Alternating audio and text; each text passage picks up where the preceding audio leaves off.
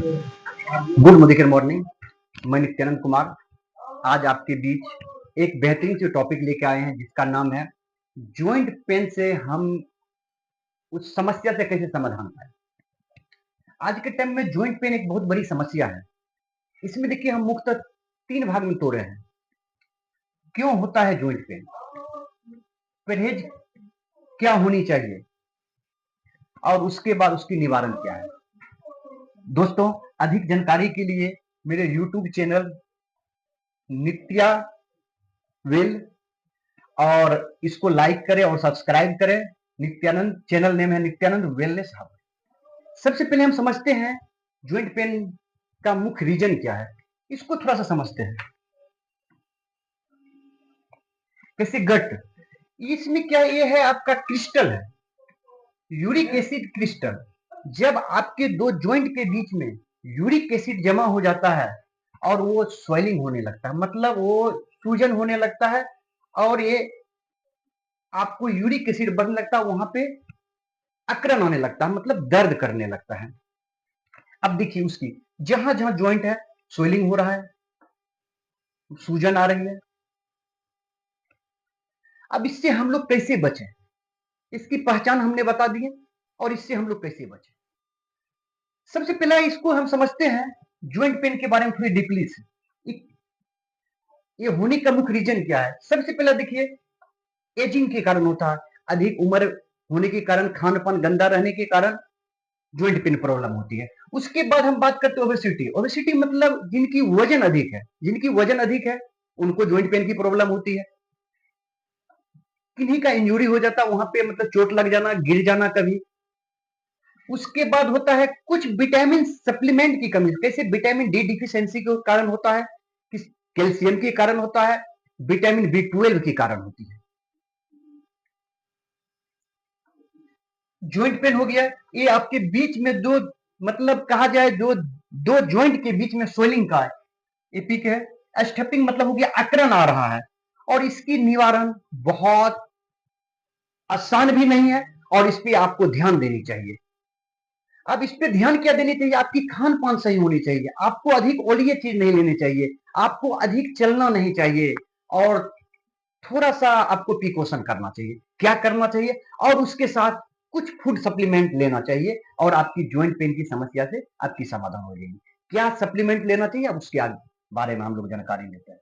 सबसे पहला देखिए ग्लूकोसा, नंबर 1। ये ग्लूकोसा क्या करता है हम उसके बारे में बात करेंगे आगे टॉपिक में। दूसरा चीज है क्रिल ऑयल। क्रिल ऑयल का क्या वर्क है हम उसके बारे में हम बातचीत करेंगे आगे टॉपिक में। तीसरा है पेन ऑयल। ये 3 बहुत इंपॉर्टेंट है। उसके बाद हम बात करते हैं जो मेरा चौथा है, आपके बॉडी में यदि कैल्शियम डिफिशियंसी है तो आपको कैल्शियम लेना बहुत अनिवार्य है। पांचवा, यदि आपके बॉडी में B12 डिफिशियंसी है, मतलब बी कॉम्प्लेक्स B12 डिफिशियंसी है, तो आपको बी कॉम्प्लेक्स लेना मस्त जरूरी है। और ये बहुत इंपॉर्टेंट है भेज कोलाजन। इसका क्या बेनिफिट है, क्या विशेषता है, हम लोग फिर आगे बात करेंगे। और सतमा है विटामिन D3 डिफिशियंसी। अब देखा जाए इसमें से आपको, हम जिस पे स्टार लगा रहे हैं,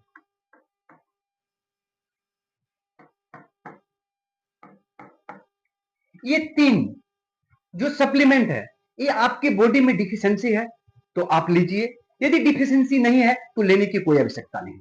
सबसे पहले हम बात करते हैं ग्लूकोसा। ग्लूकोसा क्या है, इसकी क्या डोज है। ग्लूकोसा में इनके लाभ, शरीर के किन किन अंगों में इसकी बेनिफिट है। सबसे पहला देखिए घुटने में जो कैटलेट, दो ज्वाइंट के बीच में जो कैटलेट रहती है, कैटलेट को मजबूत बनाता है, वो कैटलेज को मजबूत बनाता है। यदि मजबूत बनाता है तो वहां की स्वेलिंग खत्म होती है, वहां का अकड़न दूर होता है और वहां अच्छा मोमेंटम आता है। उसके बाद देखा जाए यहां पे देखिए, यहां क्या लिखा, कुल्हे की जोड़ की गतिशीलता और आराम में सुधार करता है। ये बहुत इंपॉर्टेंट है ग्लूकोसा। ग्लूकोसा प्रत्येक ज्वाइंट पे जरूरी है, उससे क्या होता है मोमेंटम सही रहता है। उसके बाद देखिए कमर के जो रीढ़ की हड्डियां हैं, अब यहां पे ग्लूकोसा का क्या रोल है, कमर और रीढ़, कमर और रीढ़ कि डिस्क और जोड़ों के स्वास्थ्य का समर्थन करता है ग्लूकोसामिन। अब हाथ का देखिए, यहां पे इसकी क्या रोल है? हाथ और उंगलियों के जोड़ों में अकड़न और सूजन को कम करता है ग्लूकोसामिन। और उसके बाद गर्दन और कंधे की लचीलेपन और आरामदायक को बढ़ाता है ग्लूकोसामिन। ग्लूकोसामिन बहुत इंपॉर्टेंट है। इसकी डोज क्या है? 2 टेबलेट सुबह, 2 टेबलेट शाम, नाश्ता के बाद। नाश्ता के बाद। उसके बाद हम बात करते हैं क्रिल ऑयल। क्रिल ऑयल बहुत बहुत इंपॉर्टेंट है। सबसे पहला तो क्रिल ऑयल के बारे में, आपकी जो हड्ड है इनको बहुत स्वस्थ रखता है। अब कहिएगा इसमें इसका क्या योगदान है? यदि आपकी हड्ड स्वस्थ है, उसमें ओमेगा 3 की मात्रा सही है, तो आपका ब्लड से कोलेस्ट्रॉल बाहर करता है। यदि ब्लड में कोलेस्ट्रॉल कम होगा तो ब्लड आपका फ्लो सही से होगा। उसके बाद हम बात करते हैं ग्लूकोसा क्या करता है? जोड़ों को लचीलापन प्रदान करता है। जो आपकी जोड़ों में है लचीलापन, उसको प्रदान करता है। और जो भी ज्वाइंट है वहां की स्वेलिंग को खत्म करता है, मतलब सूजन को खत्म करता है।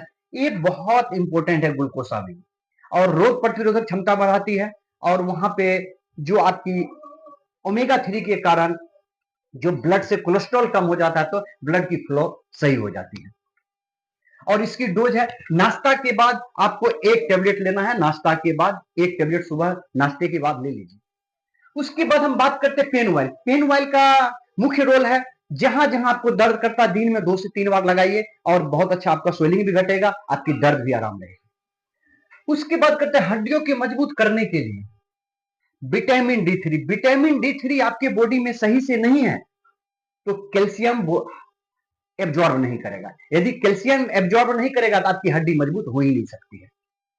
ये क्या करता है? आपकी बोन्स को मजबूत करता है और कैल्शियम को एब्जॉर्ब करने में मदद करता है और आपकी इम्यूनिटी को बहुत मजबूत करता है। इनको लेना कैसे है? नाश्ता के बाद 1 टेबलेट नाश्ता के बाद लेना है।